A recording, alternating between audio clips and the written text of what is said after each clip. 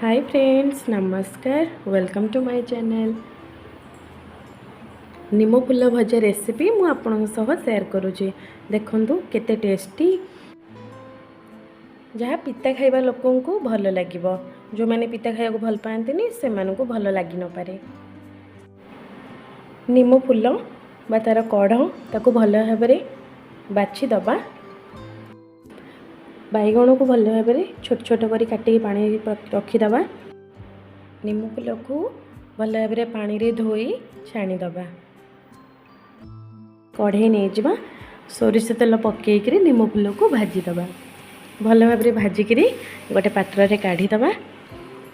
तापरे सेई कढ़ई रे आउ अल्प तेल नबा। सेतरे पंच फुटण एवं सुखिला लंका दीटा पकेबा। फुटण फुटीगला परे आम छेचिकी रखिथिबा रसुण को पकेदबा। रसुण को भल भाबरे भाजी दबा। तापरे बैगण पकेदबा। स्वाद अनुसार लुण मध्य देदबा। बैगण नरम हो गले भाजिकी रखिथिबा निमो फूल को आमे पकेदबा।